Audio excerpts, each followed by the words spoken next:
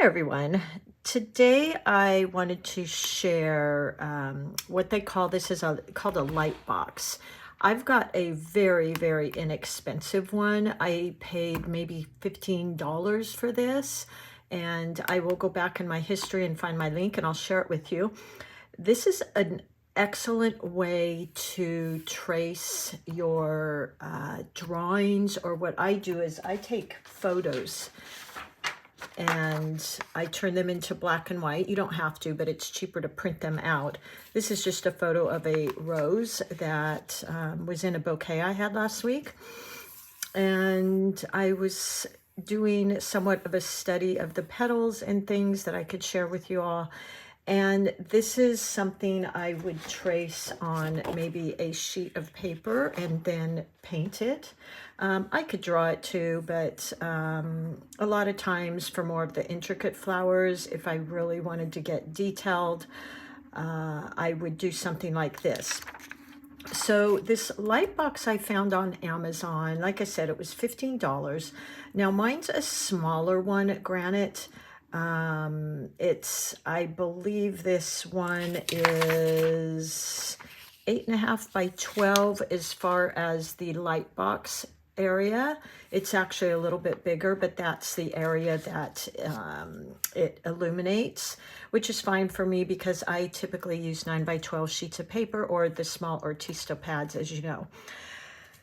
So what you do is I plug this in. It just has a little adapter on the end, and you can plug this side in either to your computer, or it even plugs into the little port for your iPhone.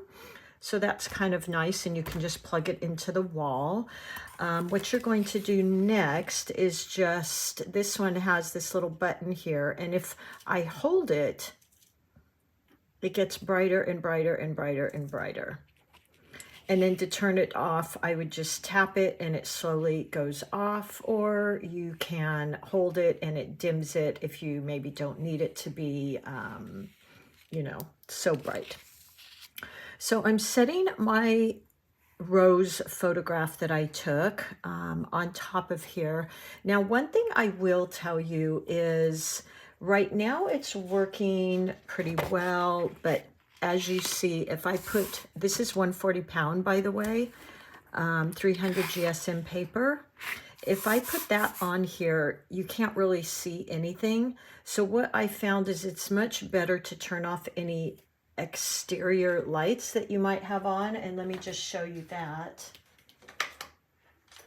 And one of the reasons I bought this little one is because it's really lightweight. It's really lightweight. It's totally thin.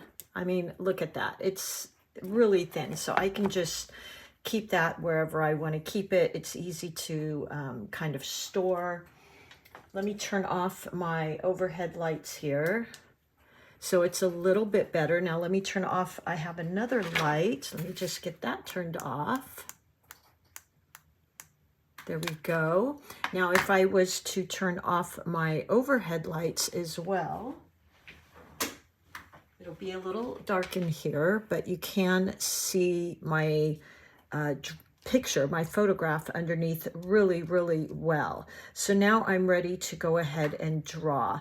I will tell you, I love this. I don't use it a whole lot anymore because for my flowers, I tend to use the guidelines that I've shared with you. But sometimes I do have, you know, a photograph I've taken out on my hikes and I want to kind of get a somewhat of a framework of drawing, and I will use this just to kind of get placement of my objects. So this one, I'm going to go ahead and I'll show you here. So turning off the lights helps a lot. And then I'm just going in, I don't have my regular pencil that I use. And sometimes I've got quite a bright light coming in from my window here. So many times I will shut the windows and everything so I can really get a darker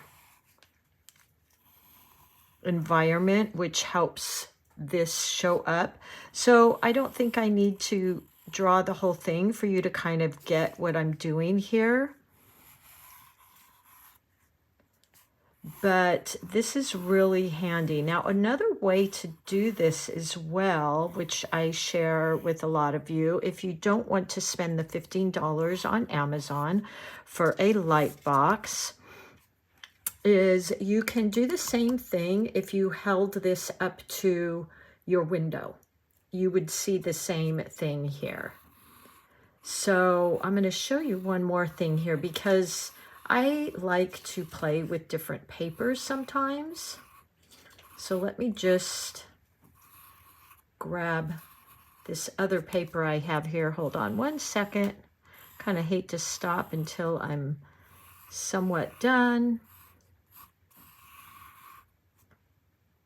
Let's see if this goes any brighter. Nope. Let me start over. So when I just tap it, as you see, it kind of goes off. I did it again. I want it to go lighter, so I tap it again to get it to go as bright as it can go. Okay. There are really expensive ones of these, by the way, but you know, I was so happy to see that I spent, I think it was $15.97, and that was it. So there you go. That kind of shows you how that works. Now, the other paper that I play with a lot, I'll finish this in a bit, but there you can see is the beginning of my rose, and then I can go in on this watercolor paper and go ahead and paint that. But let me show you, I was pretty amazed at this. So this is a handmade paper. They say it's 150 GSM. It's the Nomad paper. I love this paper. I've shared it before. It's got that decollete edge. That's really beautiful, and it feels really thick compared to this. So I thought, I wonder if I could draw on this. And sure enough, I put this on here, and I can definitely see this rose underneath here. So I'm going to be drawing this actually. This is what made me think of this, is I'm going to be drawing this on here. And I will be painting, and I will share this with you. I'm sure hot press paper is going to be the same. This is 300 GSM, $15, you guys, and it works really well. You can get quite large drawing boxes, light boxes, but for me, the biggest sheet of paper I typically use, when I did commissions, I used a lot larger, but now these days I pretty much use 9 by 12. And let me just do something really quickly. I'm just going to shut my window a bit.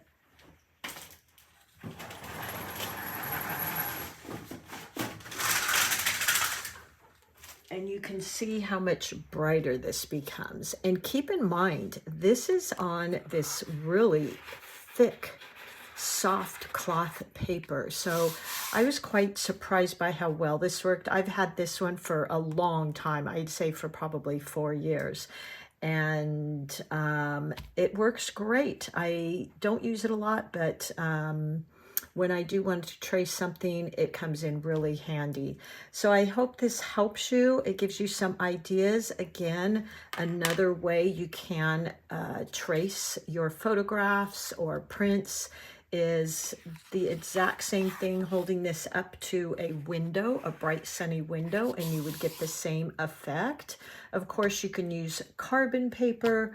I don't always like carbon paper because you can't erase that off.